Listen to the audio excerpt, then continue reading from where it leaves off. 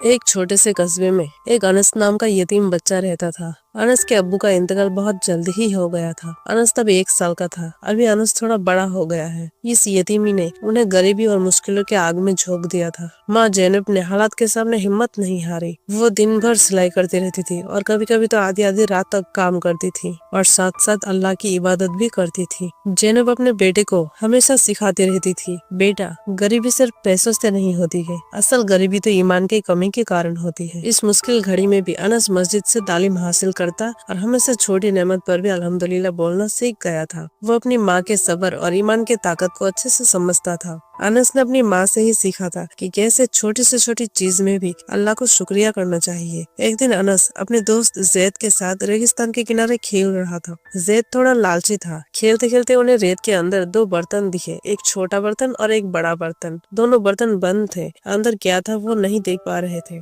बड़ा बर्तन देखते ही जैद ने जल्दी से उठा लिया और छोटा बर्तन अनस ने उठाया। जैद बोलने लगा, क्या पता इस बड़े बर्तन में किसी अमीर का कुछ दीनार या फिर सिक्के हो। एक पल के लिए अनस के मन में भी उस बड़े बर्तन को देखकर लालच आ गया था। आखिरकार वो भी एक बच्चा ही है। और फिर उसे अपनी माँ की सिखाई हुई बात याद आ गई। जैद अनस को छेड़ने लगा कि तेरी किस्मत में तो छोटी चीज ही है। अनस ने बोला, मैं इस छोटे से बर्तन में भी खुश हूँ और अल्लाह का शुक्रिया करता हूँ। वो दोनों मिले हुए बर्तनों को लेके अपने अपने घर चले गए। जैद ने जब बड़े ही बेसब्री से उस बर्तन को खोला तो उसमें सिर्फ रेत यानी कि मिट्टी निकली। रेत को देखते ही उसके चेहरे का रंग उड़ गया और वो बहुत हताश हो गया। दूसरी तरफ जब अनस ने वो छोटा बर्तन अपनी माँ को दिया और उसके माँ ने जब बर्तन को खोला तो उसमें शहद भरा हुआ था। उन्होंने गौर से देखा कि उस बर्तन में 2 चमकदार मोती भी है। वो दोनों मोती इतने कीमती थे कि अनस और उसकी माँ जैनब की सारी गरीबी दूर हो गई।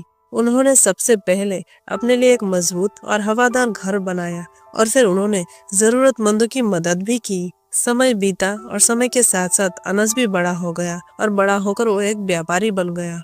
हर एक शख्स उनकी इज्जत करता था। जैनब की दुआएं रंग लाई और वो लोग पूरे कस्बे के लिए एक मिसाल बन गए। ये उन्होंने साबित कर दिया था कि अल्लाह सब्र और शुक्र करने वाले बंदों से बहुत खुश होते हैं। सबक, इस कहानी से हमें सीख मिलती है कि हर छोटी से छोटी चीज पे भी सब्र और अल्लाह का शुक्र करना चाहिए। बेशक अल्लाह सब्र और शुक्र करने वालों बंदों को खूब पसंद करता है। वीडियो देखने के लिए थैंक यू।